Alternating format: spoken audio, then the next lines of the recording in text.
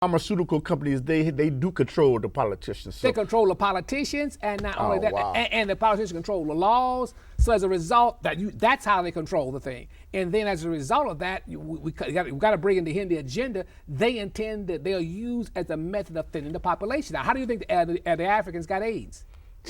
Yes. It was through the smallpox vaccination. And that was put in, and you look it up in the English Times. I mean the Times in England.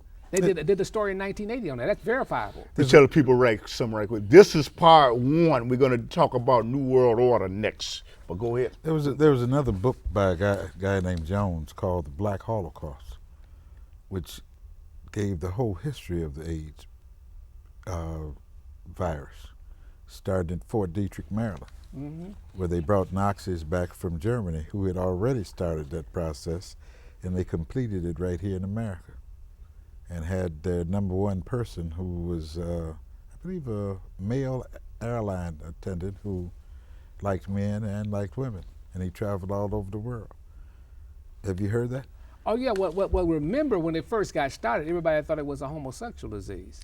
Yeah. And they had got infected, and they went down to get the various vaccinations, and they got infected. And as a result, once you shoot somebody up, and then most people are not very promiscuous in this culture of the world today. So, I mean, it doesn't take much for that stuff to get loose. And then on top of that, they did not practice the proper protocols. There's certain protocols, for instance, for sexual transmitted diseases such as syphilis. If you found you have syphilis, not only are you are subject to be quarantined, but then they go behind each party, and get that whole circle in.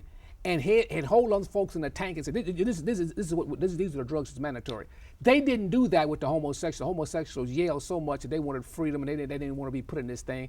But they were allowed to blow this whole thing out of the proportion. Excuse me.